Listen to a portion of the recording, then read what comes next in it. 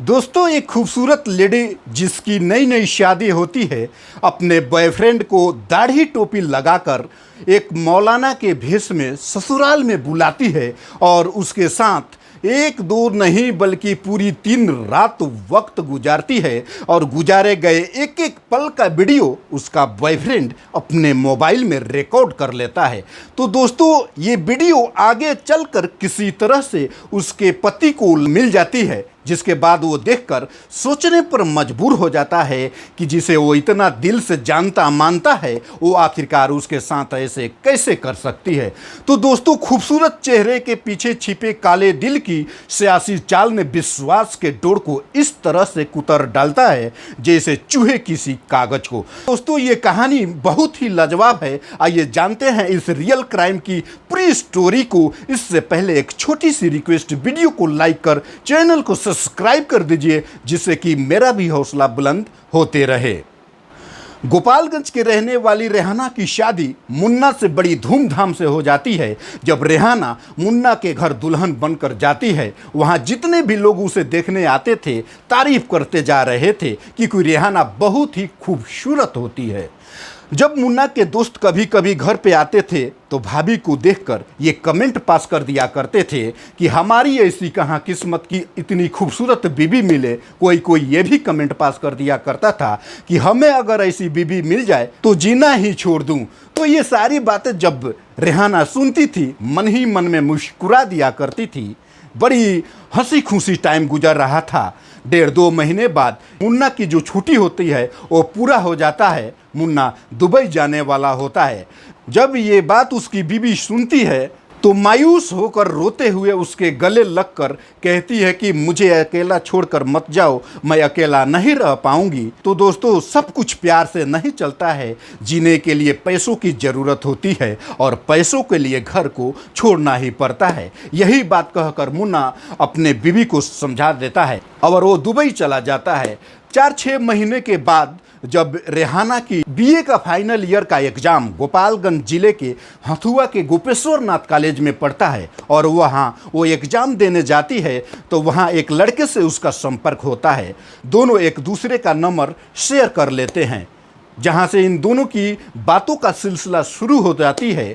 अब ये दोनों का बातों का सिलसिला धीरे धीरे करते करते अब इतना ज़्यादा हो जाता है कि कहीं ना कहीं मुन्ना के लिए टाइम कम पड़ जाता है और देखते ही देखते इन दोनों के बीच प्यार इतना तगड़ा हो जाता है कि अब मुन्ना का प्यार धीरे धीरे धूमिल पड़ने लगता है और बातों का सिलसिला इतना लंबा हो जाता है। फिर भी अब बातों से कहाँ दिल भरने वाला था। ये दोनों एक दूसरे के साथ होना चाहते थे, एक दूसरे के पास वक्त गुजारना चाहते थे, लेकिन मजबूरी ये थी कि रेहाना की शादी अभी नई नई होती है, ससुराल में अभी नई नई होती है, वो वहाँ उसको बुला नहीं सकती थी। इसीलिए रेहाना अपनी शातिर दिमाग का यूज करते हुए एक ऐसी चाल चलती है जिस चाल के अंदर पूरे परिवार को समेट लेती है। दरअसल रेहाना अपने सास ससुर से कहती है कि ये जो नया घर बना है इसकी शुद्धिकरण, इसकी दुआ ताबीज़ नहीं हुई है, जिसके वजह से घर में सारी परेशानी आ रही है। अगर आप लोग कहो तो इसकी शुद्धिकरण मैं अपने गांव के एक बहुत मशहूर मौलाना है जिसे हम करा दें। इस बात पे उसके सास ससुर भी एग्री हो जाते हैं। इसी का फ़ायदा उठाकर रेहाना अपने बॉयफ्रेंड को ये बातें बताती है कि यहाँ आने का रास्ता आपको मिल गया है, अब कोई प्रॉब्लम नहीं है, बस इसके लिए आपको एक छोटी सी काम करनी पड़ेगी। आपको दाढ़ी टोपी लगाकर एक मौलवी का भेष धारण करना पड़ेगा। पहले तो उसका बॉयफ्रेंड इस बात को सुनता है तो पहले मना कर देता है, जब रेहाना इस बात को पूरी तरीक़ा से उसे समझाती है वो इस बात से सहमत हो जाता है और दाढ़ी टोपी लगाकर उसके घर पहुंच जाता है। शाम का वक्त था जब वो दाढ़ी टोपी लगाकर रेहाना के ससुराल पहुंचता है। बड़ी खातिरदारी होती है, नाश्ता पानी दिया जाता है और उसका एक बिस्तरा दलान में लगा दिया जाता है जहां पे वो बैठकर आराम कर रहा था। बातें करते करते रात 12 बज जाता है और घर के अगल बगल जितने भी पड़ोसी होते हैं सभी लोग सो जाते हैं। तो रात के शांति में घर की शुद्धिकरण की प्रक्रिया चालू कर दी जाती है। पूरे 1 घंटे तक ये घर की शुद्धिकरण चलती है। तब तलक घर के जितने सदस्य थे, सास ससुर ननद और देवर, सबको नींद सताने लगती है। ससुर उससे बोलते हैं कि घर की जो शुद्धिकरण की जो प्रक्रिया है कल पूरा कर लिया जाएगा, अभी नींद बहुत आ रही है, रात भी काफ़ी हो चुकी है, कल अगर ऐसा हो जाए तो अच्छा होता है। अब वो उसका जो बॉयफ्रेंड ढोंगी मौलाना बनकर आया था, वो बोलता है कोई बात नहीं और अच्छा है, चलिए कल ही कर दिया जाएगा। इस तरह से सभी लोग सोने चले जाते हैं। सभी लोग अपने अपने कमरे में सोने चले जाते हैं। ठंडी का मौसम होता है, सर्दी भी बहुत सता रही थी, चारों तरफ कोहरा था। सभी लोग अपने अपने बेड में सोने चले जाते हैं। इधर मौलाना साहब का जो बिस्तर दलान में किया होता है वो वहाँ पर सोने चले जाते हैं। लेकिन इधर मौलाना साहब को कहाँ नींद आने वाला था। मौलाना बार बार रेहाना को कॉल कर रहे थे। मौलाना साहब बस यही इंतज़ार कर रहे थे कि कब सभी लोग गहरी नींद में सो जाए। जब देखते हैं कि मौलाना साहब घर के सभी लोग गहरी नींद में सो गए, मौलाना दबे हुए कदमों से रेहाना के घर में इंटर कर जाते हैं और जाते ही एक दूसरे के बाहों में लिपट जाते हैं, एक दूसरे के साथ रंगलीलियाँ मनाने लगते हैं। इससे पहले कि वो उसके साथ रंगलीलियाँ मनाए, अपने मोबाइल का वीडियो रिकॉर्ड चालू कर वहाँ रखते हैं, जिससे रेहाना उसे मना कर देती है। लेकिन मौलाना के भेष में जो उसका बॉयफ्रेंड ढोंगी होता है, वो बोलता है कि इस वीडियो को बनाने दीजिए, बड़ी मुश्किल से इस टाइम मिला हुआ है, फिर दोबारा कल मुलाकात हो ना हो, यही देखकर मैं सब्र कर लिया करूँगा। बस इस बात से रेहाना एतराज़ करना छोड़ देती है और उसे आसानी से वीडियो बनाने देती है। और जब इन दोनों का मन भर जाता है, मौलाना साहब धीरे से आकर अपने बिस्तर पर सो जाते हैं। सुबह होती है, नाश्ता पानी दिया जाता है। नाश्ता पानी करने के बाद मौलाना साहब सीधे अपने घर को चले जाते हैं। फिर शाम होती है, फिर से मौलाना साहब आते हैं और फिर से शुद्धिकरण की प्रतिक्रिया शुरू कर दी जाती है। और देखते ही देखते घर के जो ये 4 सदस्य होते हैं, सास ससुर देवर ननद, ये सबको फिर से नींद आने लगती है। दरअसल बात ये थी कि मौलाना साहब नींद की दवा वहीं से लेकर आते थे और रेहाना को दे देते थे। रेहाना खाना में मिलाकर अपने सास ससुर और देवर ननद सबको खिला देती थी, जिसके वजह से इन सबों को नींद सताने लगती थी। और शुद्धिकरण करते करते जब 12 बजता है, फिर से इन घर के सारे सदस्यों को नींद सताने लगती है। ये लोग सोने चले जाते हैं और जैसे ही ये सोने चले जाते हैं, वैसे ही ये फिर से रेहाना के कमरे में इंटर कर जाते हैं और दोनों एक दूसरे के साथ फिर से रंगलीलियाँ मनाना शुरू कर देते हैं और मोबाइल में वही वीडियोस रिकॉर्ड करना शुरू कर देते हैं। इस तरह से 1-2 नहीं बल्कि पूरी 3 रात वक्त गुजारते हैं और गुजारे गए एक एक पल का वीडियो इसके मोबाइल में रिकॉर्ड होता है। दोस्तों, अब ये दोनों ऐसा करते करते बहुत आगे निकल चुके होते हैं और मुन्ना का प्यार इसके दिल से ख़त्म हो चुका होता है। वो अपने बॉयफ्रेंड के साथ रहना चाहती है। अब ये एक बार मिलने के बाद इन दोनों को बार बार मिलने का मन करता है। ये दोनों बार बार मिलना चाहते हैं, लेकिन मजबूरियां बहुत थी, इसीलिए बीमारी की बहाना लगाकर रेहाना अपने ससुराल से मायके चली जाती है।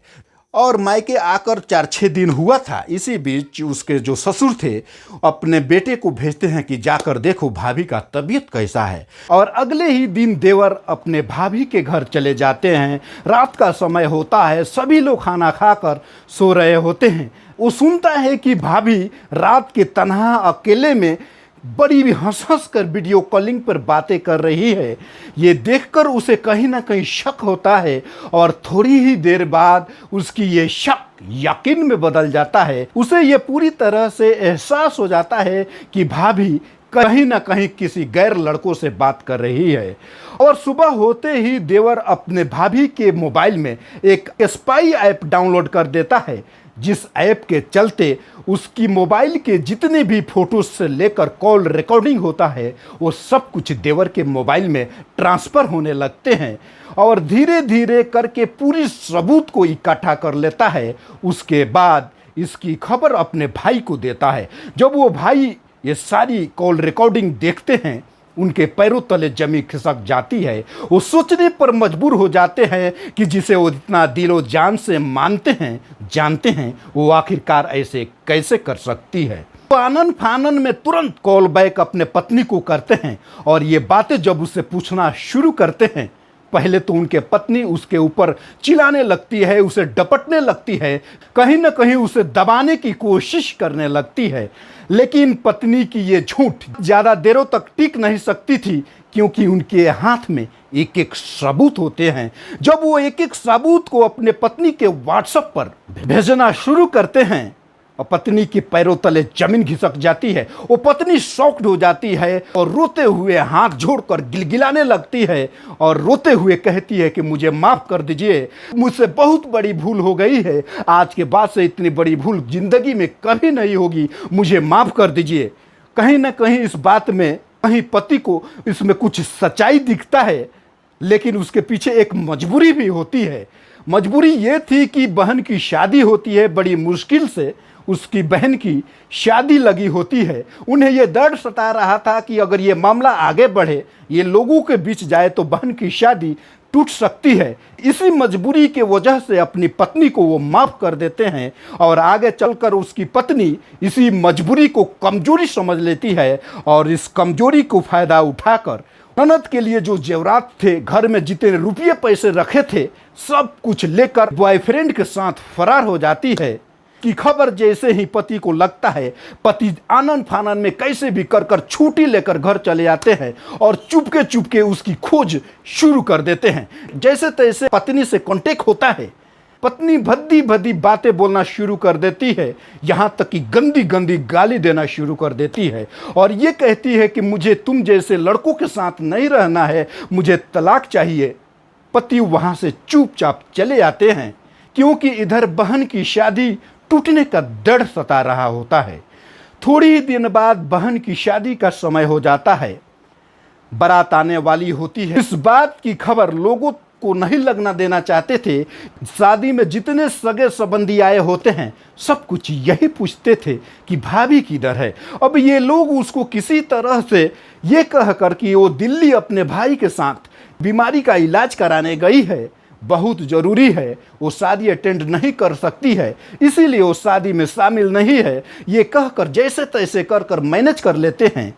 और जैसे ही बहन विदा होकर अपने ससुराल चली जाती है, पति डायरेक्ट अपने पत्नी के घर सास ससुर के पास जाता है और ये इस बात की खबर जब उन लोगों को देता है, वो लोग तो पहले इन्हें भी गाली देने लगते हैं, इन्हें भी मारने की धमकी देने लगते हैं, इसकी पूरी जिम्मेवारी इसे ठहराने लगते हैं।